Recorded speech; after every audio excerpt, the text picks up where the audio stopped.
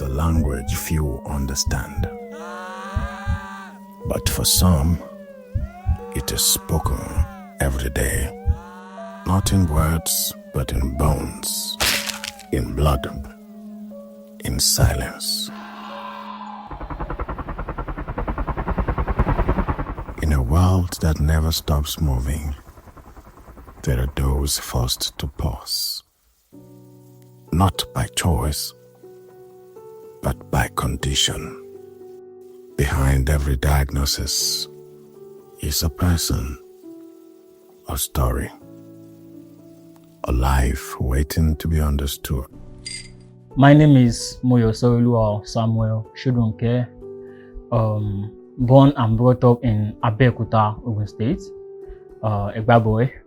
I attended Trinity Nursery and Primary School for my primary education, and I moved to Mutef International Primary School to finish. Then my secondary school education was Steven Center International College, Aregbe, Abeokuta. Then for my tertiary education, I attended Federal University of Agriculture, Abeokuta. I studied animal nutrition. I'm the firstborn of 4. I'm a content guy. I write, I direct, I edit. I'm a filmmaker.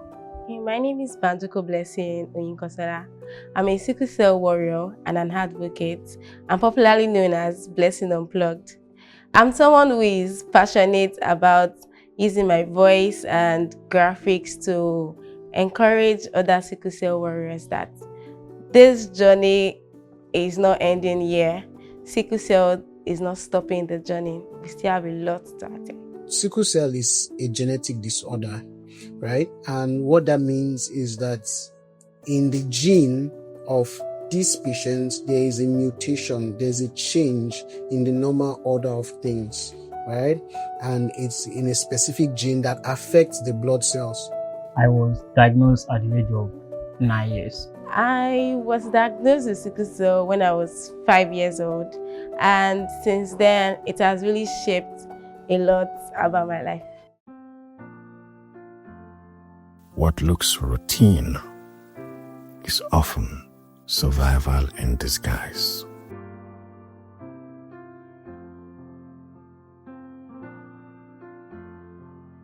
A typical day as a warrior is a day with a lot of pains, a lot of discomfort, a lot of tears. For me, I would say there's no really such thing as typical when it comes to sickle cell, because someday I wake up energetic just like every other person. I go through my daily activities feeling good, and there are days I wake up and my body tells me, Blessing, no, this journey is different. So, and on those days I have to intentionally take care of myself. So yeah. People misunderstand sickle cell as a cage. Like they look at people with sickle cell like they can't do a lot of things, like a barrier. So they understand it as a limit to things you can do. I think many people misunderstand a lot of things about sickle cell. A lot of people think sickle cell is a curse. Some people think because a sickle cell is resting means they are lazy. Like, I want to rest. Say, no, you are lazy, that's why you don't want to work. That's not it. Also, people misunderstand the fact that we need to be hydrated all the time. We need to, sometimes when we say we are not okay, we really mean it, not faking it. On a normal day, I'm my normal self. If I'm not writing content, I'm shooting content. If I'm not editing, so my normal day is just waking up, pray, then go through my social media. Then if I have any job at the hand, so I just do my job, editing, writing, and creating content. That's my normal day. On a normal day, I would say that sickle cell limits me from a lot of things. And when it happens, I have to start trying to check which one I can do and which work I cannot do at that time. There are moments when the body becomes a battlefield, and the only victory is endurance. My name is Mrs. Alice Motunrayo Shodunke. Obadeyi Oluwaseun is my son. There will be sleepless nights. We'll be running Esther skater, asking him questions. Which area is paining you again? We say, what do you want us to do? What can we do? At times we want to wait till morning before taking him to hospital, because at times there will be no money, so we have to look for money. So we have to wait. We'll be applying our own method at home, because at times when we boil water and he uses it to bath, the pain will relieve him. And we have these analgesics that we used to rub the painful parts. Crisis is something I don't pray for my enemy also. So crisis is just pains in all your body, but your body aches. It's just body aches. So your joints, sometimes maybe your head, your skull, sometimes maybe your nails, your back.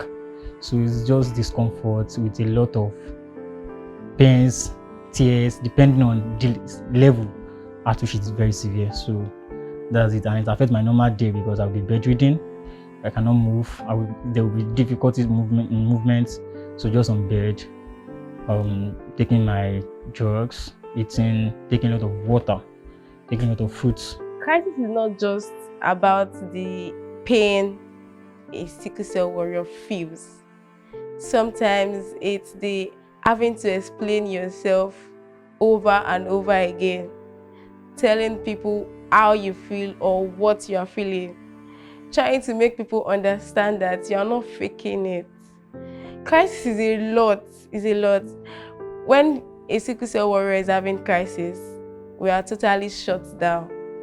Mentally, we can't even think. The only thing we want to think at that particular time is how to have a good health. You just want to come out of that crisis. So what happens during a crisis is this. Those cells which should be in a specific shape to allow them move freely within the blood vessels, okay, are changed in a different shape and they become sickle. So because they are sickle, they begin to hold on to each other while moving in the blood vessels, okay? So when they move like that, they begin to gather together, all right? And then when they gather, it blocks the movement, the free flow of blood. And what does blood do? Blood carries oxygen to the different parts of the body, right? So because of that block, there's no access of blood to the cells, to the different parts of the body, and then that oxygen has been cut off. And when it is cut off like that, that is what then starts causing the pain and some other stuff like that during a sickle cell crisis. So that's what happens in the body of a sickle cell patient. The most difficult moment I've experienced was in the year 2023 at the hospital, Ikeja, Federal Medical Center, Ikeja, Abekuta. It was a day I was rushed into the hospital from another hospital because the hospital doesn't have equipment enough to take care of me. And I was almost gasping out, like almost passing out. So I was rushed in emergency and I was not even attended to. They were asking to pay payments, do this, get this, even before they can attend to me. And it was the day I even saw my family giving it all, like almost fighting, because I was almost at the verge of death. So, but later, they came to commence treatment, came to give me what I need to take and all. But it was something I didn't expect from that kind of big parastatal. And at last, I told them I want to leave the hospital because their attention, the way they attend to me, is not really what I enjoy or what I want. So I just have to leave the hospital. During this crisis, my experience in the hospital, they are terrible ones, because there's some one day that we had to rush him down because the crisis normally comes in the night, at midnight, around 1, 2, 3 in the morning, like that. So we have to rush him down to FMC Diaba. But before getting there, I have to be looking for car because we don't have car in our family.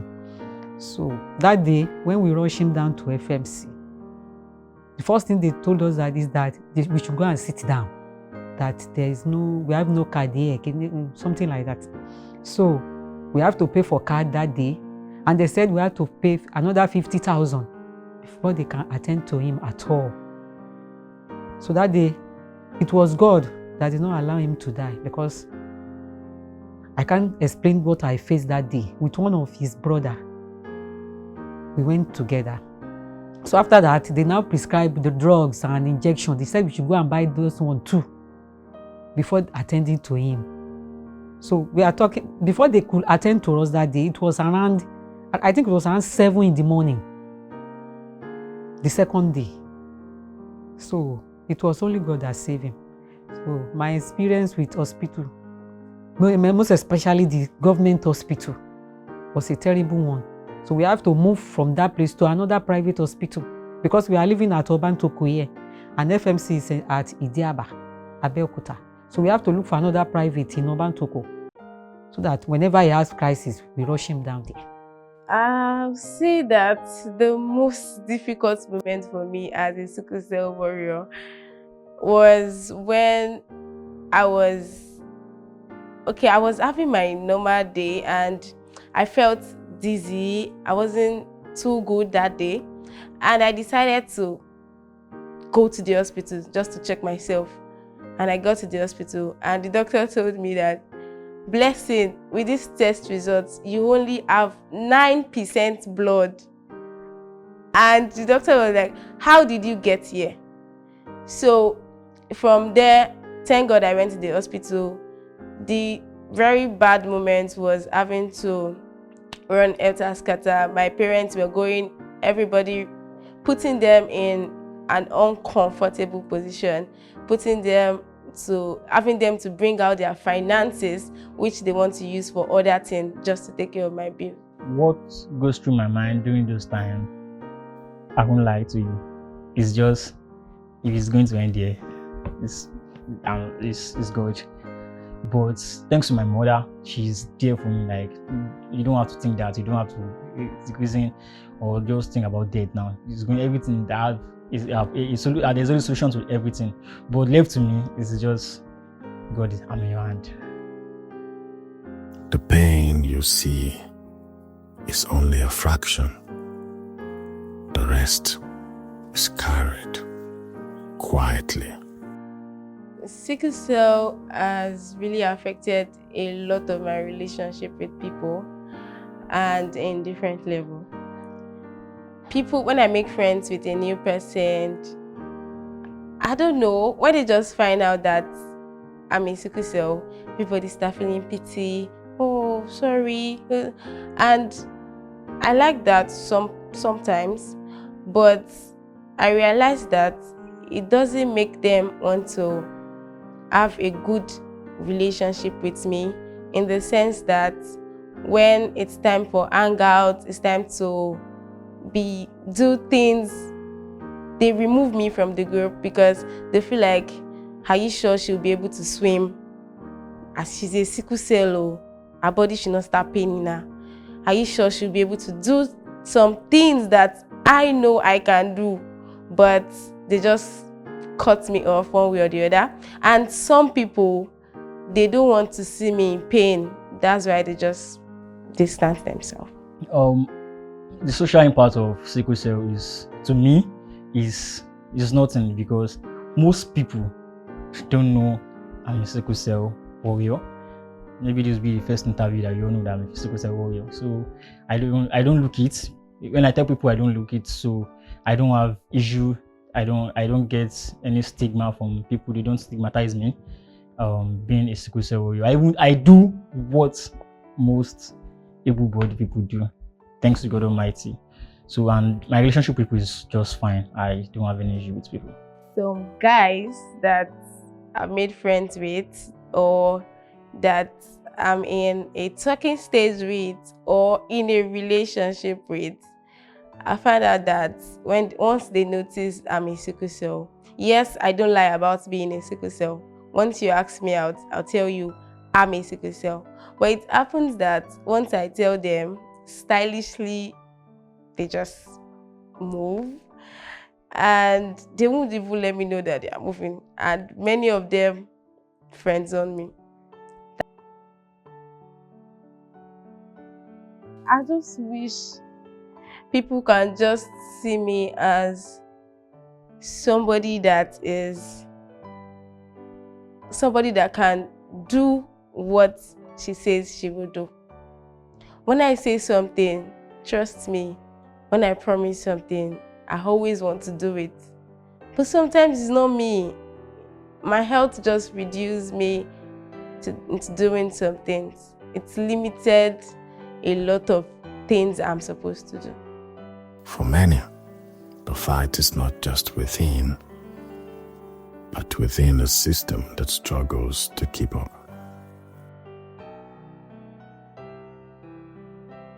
My experience with hospitals are on different levels. Before I started using Ilera, which was given to me by God. Before then, using the hospital, I don't like going there because it's going there and being treated like a number. It's going there and trying to explain, and even the doctors are like, whoa, you can put yourself together. And it's not me. Also, I would say that there was a time I went to the hospital and I wanted to get blood. There was no money to get the blood as at that time. Trust me, they left me. I was just there. And I was going through pain. And so, yeah. Government should try to provide more hands. I mean the doctor and the nurses.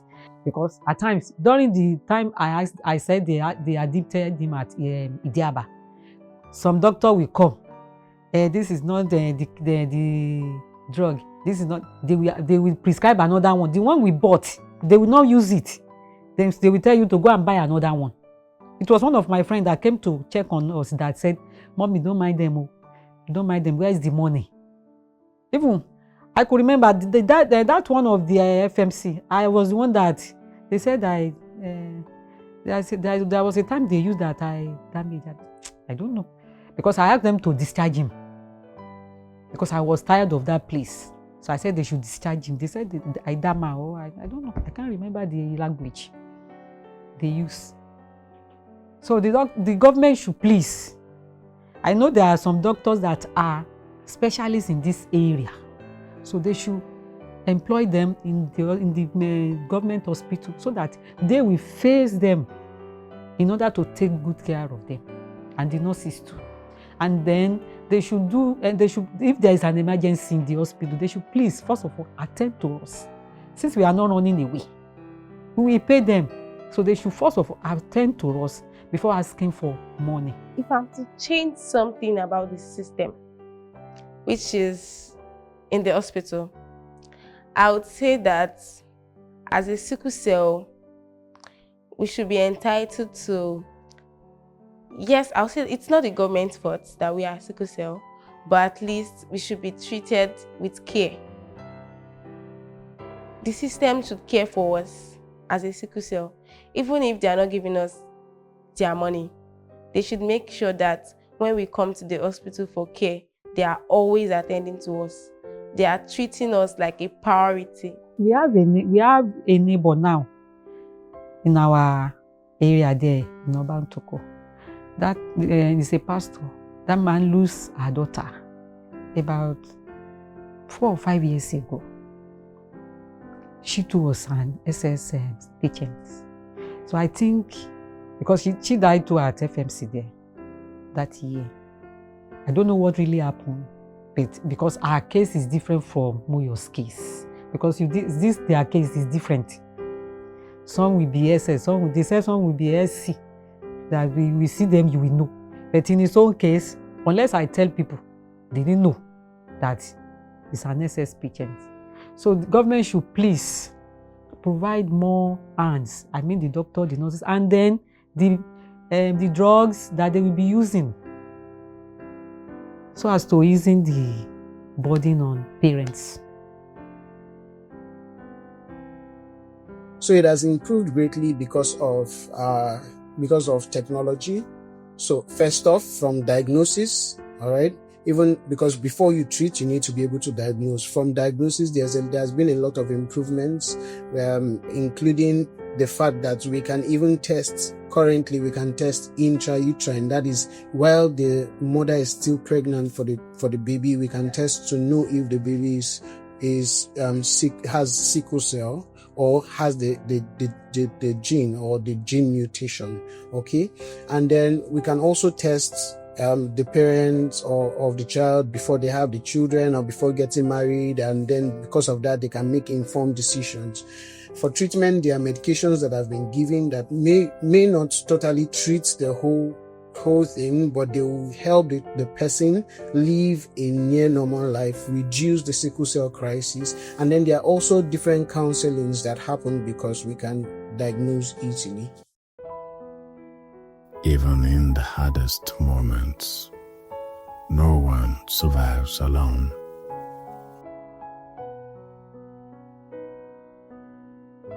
My support system is, well, God Almighty, my parents, my mom, Mrs. Alice Mutwanyoshodunke, my dad, my siblings, and my brother, Omoshebi Babatunde. They have been there for me morally, financially, God helping us. They have been there for me. A lot of people have been there for me, and they are still there. Yeah, they are still there. Firstly, I'll say my family. They are always there. Yes, always there. Secondly, I'll say my colleagues. Oh God, my colleagues have always been there, and they are still there because I work at Avestas as the community's admin.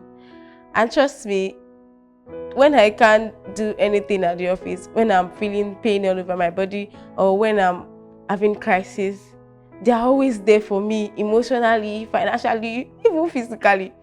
And even when it has to do with AC, they regulate AC just because of me. Like, they can just say, hello, turn the AC off, turn it off. And they won't even let it show like, okay, they are turning it off because of me. But all of them are doing it for me, Chino. Hope is not loud.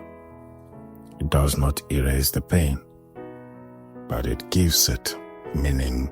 A lot of things has kept me going, and a lot of people. But one thing I would say is the love for God. I love God. And I know that when I love God, God can do anything for me. Yeah, a lot of things that keeps me going. The prayer of my mom.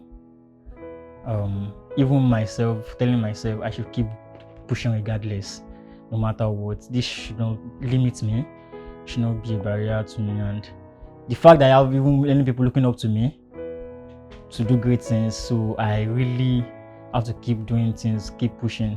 So I would just say things I have to do, that I have to accomplish myself, keep me going. I have to just do more. I have to do more. Then my friends and people also, they are there for me. SOLACE, finding peace. Yeah, it means finding peace to me. Finding myself, finding peace. My message to them is that, as your name implies, they should take solace in God, because it is only God that can heal these children. It is only God. We are on God. We have been on God since when he was 9 years, because we didn't know.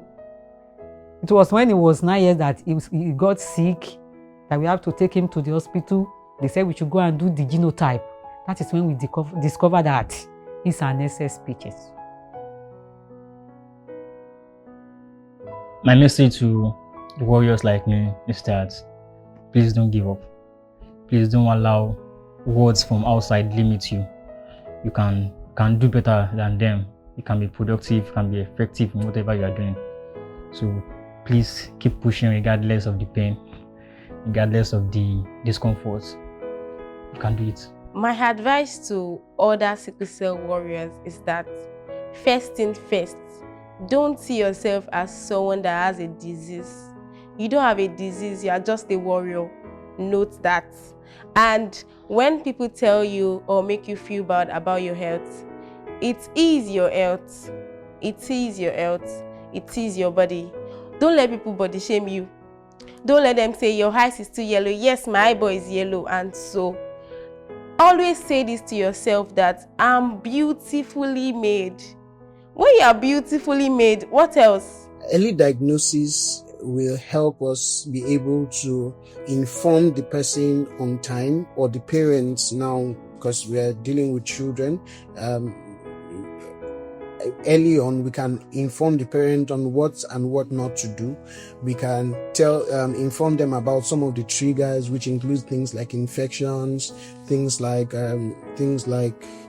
extreme weathers, things like dehydration, that's not having enough fluid in the body, and some of those things can trigger their crisis. So we have to inform them. When we diagnose early, we can inform them on time and counsel them on time. I touched also on infections. Infections are things that can also trigger their crisis, the crisis in sickle cell. So because of that, while they are still children, there are some vaccinations that we give, all right? Things like the pneumococcal conjugate vaccine and some other vaccines that are given to the children early on, so that it prevents them from having infections that could lead to crises and pain and all the things that comes with sickle cell crisis. Another advice to all sickle cell warriors is that don't take your health for granted. Even when you are receiving care from people are always there for you. Don't take yourself for granted. When it's time to take your drugs, take them. When you need to drink water, drink water. Stay hydrated. When you cannot do something, don't do it. If you know that your capacity, your body cannot carry a particular thing, don't do it. If somebody tell you to do something, tell them you cannot, because your body doesn't allow you to do it. What if you now said you want to, because people will say that I'm lazy, because they'll feel like I don't want to do anything. Let them feel what they want to feel. Let them say what they want to say. At the long run, if you pressure yourself and do what they ask you to do, that your body doesn't want you to do, you will later suffer for it. Because when crisis kicks in, they will only tell you, oh, sorry, how are you feeling now? Do you want that? So that's my advice for you. My message to the world is that, please, sickle cell warriors, they are humans too like you. Please, take them with love, help them to achieve their dreams. Many of them have big dreams and goals. Please, you can guide them, but don't stigmatize them. And to the world, watch out for children. Sickle cell is not just a medical condition. It is a lived reality that affects every part of a human's life. So we need understanding, not judgment. Timely care, not delay, and a little more of awareness and compassion, and a system that responds with humanity. I think that's all. Solace is not the absence of pain. It is the presence of strength in spite of it. And for those who live that story, every day lived is a quiet victory.